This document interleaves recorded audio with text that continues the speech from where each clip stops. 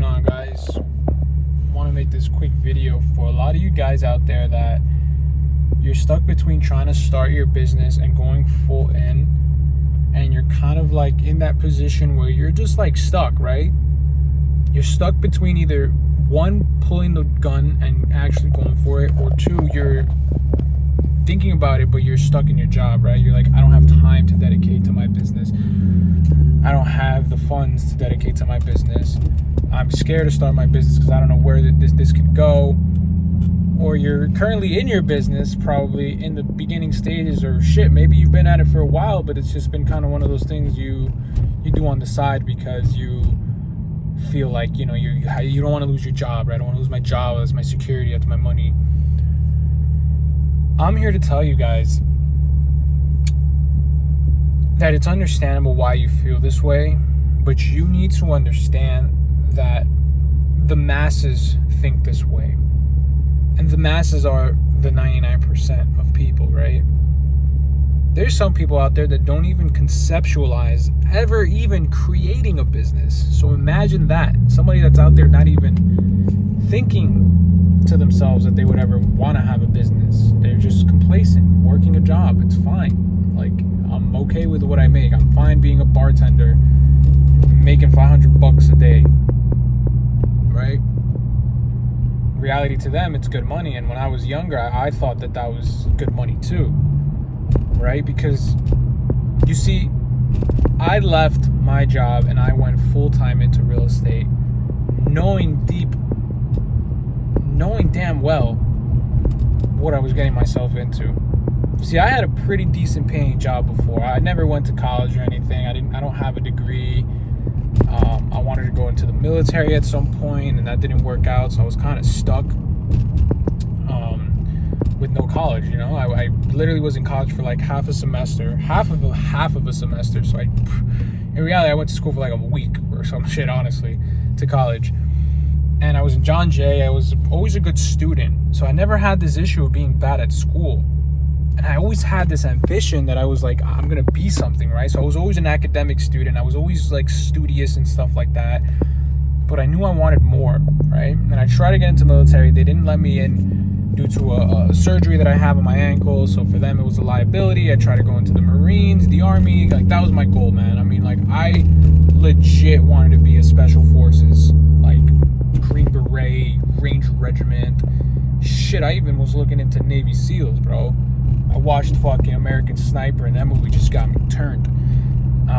So I knew that I was the type of person that, like, if I really put my mind to it and I would have just gone through with it, I would probably have made it, right? I would have done it, because that's just the type of person I am. But things went against me, and sometimes I always think those were just signs from God or the universe trying to just, lead me to a different direction and path to where I am today. And that's another thing too.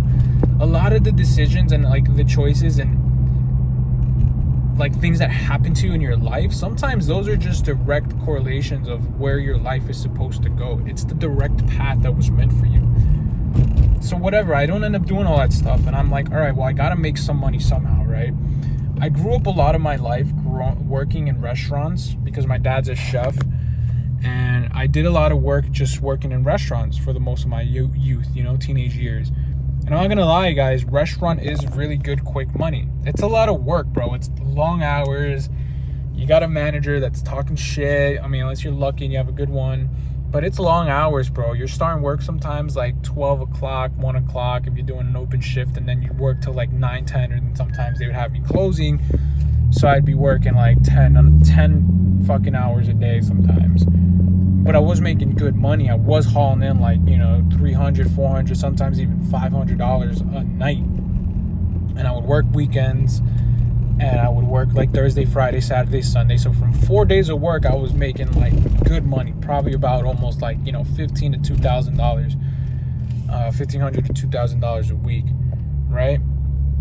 And dude, it was just like, you get to a point where you're like, all right, I'm making money. Life's good. I'm chilling and shit. And I never had this idea of like, creating business or anything like that. I mean, I kind of always wanted to be successful, and I always wanted to be like wealthy and have money, but I never really quite understood any, like, the wasn't really like anything about it, right? Like, how do you really do this, right? Like, how do you actually do this stuff?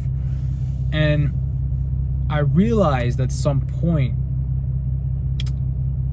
that there has to be more than this, right? There has to be more than just going to a restaurant, polishing dishes and fucking forks and shit, and just taking orders and running around smelling like fucking food all day. And my shirts, I've worked at like fancy restaurants, so like I was always wearing like these, like, you know, I worked at like a lot of Italian restaurants, and you had to always go with the white button up, but I'm going with a white button up that has fucking tomato stains and shit on the fucking shirt, and I'm like reusing the shirt like 2 days in a row. And it's just like, dude, like, I just, something about it just made me really feel like devalued. And then I essentially found a different job where I was making a little more, not as much money, but it was still a good job. I was doing sprinkler installation, so I was doing irrigation systems. If you guys know anything of what that is, it's pretty much, we work alongside with a lot of landscapers, so it's not like landscaping, but we do a lot of like trench digging. We lay out pipes for properties. So my job was just pretty much going through properties with a company that I worked for, a small company. And you know, the guy I worked with, he was a really good guy, man. It was a small family-owned company. The dad was kind of older, and he was the owner of the company, and his son, who was like 40 years old at the time, he was kind of like the main guy, right? So you know, he was really just always there with us doing all the jobs. And the dad, the owner, the older guy, he was probably like in his 60s or 70s, Brian, I remember this guy Brian, very solid fucking guy. Like, this guy was, Brian was literally this guy's definition of like a fucking stud. Like 7 years old, just pulling up with a fucking axing trees, digging trenches. Like, this guy was stood on business, and these guys made good money. They made good money. They had a huge clientele. A lot of the clients we serviced were mansions, so I know their payday was crazy.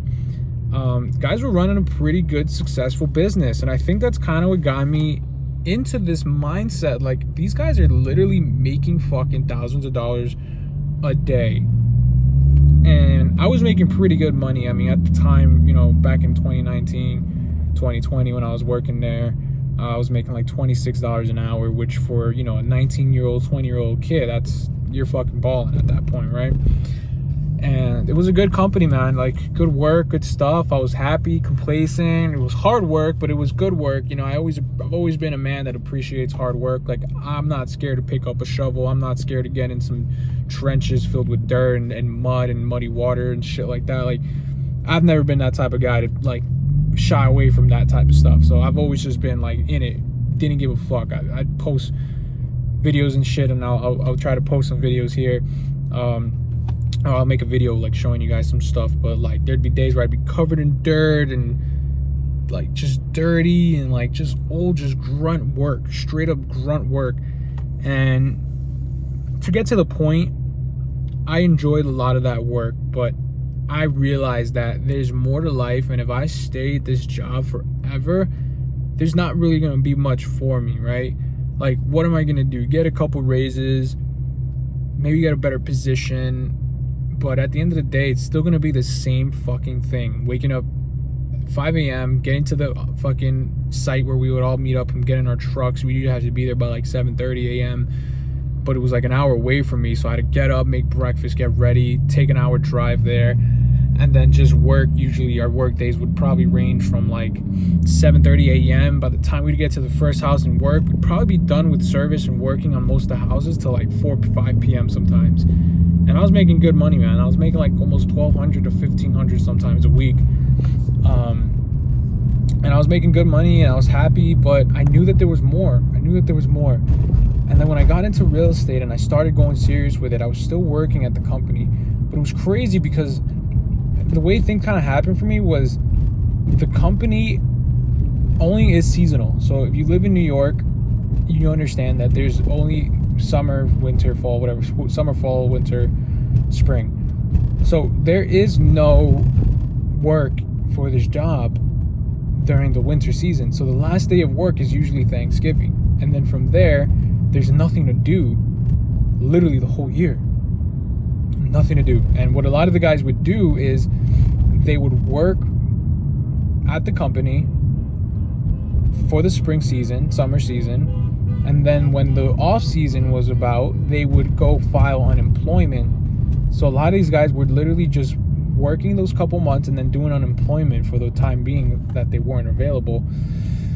And I started getting into real estate during that first unemployment era where I worked and then I essentially didn't have work for a while. So I was like, all right, this is my chance to go full on into my real estate course. So it kind of worked out in a way. I was collecting unemployment at the time. I mean, obviously you're young, you're just like, whatever, free money, making like $500 a week. And I was just, just going all in on the real estate stuff. And then obviously by the time I finished the course and I was kind of getting started, it was like around that time where now it's like the season's gonna start, right? And I'm like, okay, well now I have this conflict because I'm about to start my real estate career, but now I have to go back to this work. So I was like, how am I gonna make this work, right? And it was just kind of like one of those things where it's like, okay, how am I gonna make this work? Like, I have real estate that I want to start, and then I have this sprinkler job that I have to get back to. So how am I going to manage both, right? And essentially I really just realized, you know what, I think I have to go full in on the business.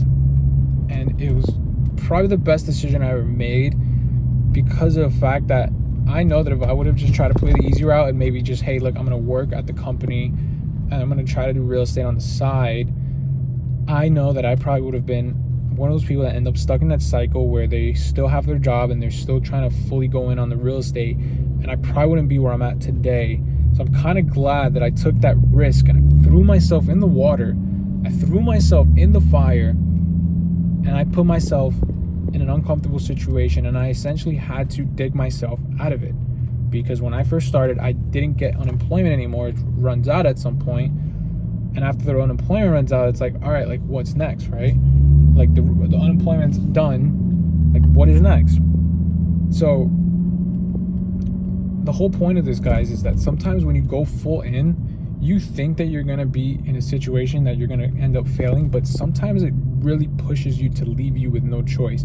I got into real estate full time at that time, and I didn't close a deal for 8 months going into the business. So it took me 8 months to close my first deal. So I was 8 months without any fucking money. Imagine, who could survive 8 months without money? None. I did random little jobs here and there, but for the most part, I was literally just doing whatever I could to survive, honestly. And it's just crazy, like, to look back and think, like, man, like, if I really would have just take the easy way out, I probably wouldn't be here where I'm at now. And I'm not anywhere near my goals yet, but I know now what it's like to be full-time in something and like fully devoted to your business, and that drives me every day to stay in the business and never have to go back to that old life. Because the last thing I want to do is ever go back to working for someone. That's my biggest fear. And because I threw myself in the fire and I already feel like I learned what it's like to be struggling and what it's like to live with below your means, way below your means, to live off nothing and essentially just struggle and not have money and not be able to fucking do the things you want to do when you have money. So I feel like my brain just kind of learned to like be okay with it, right? Because there's some people that they just can't. They're like, I can't just be without money. Like, I have to go out, I have to spend money on this, I have to do this. But I didn't give a fuck.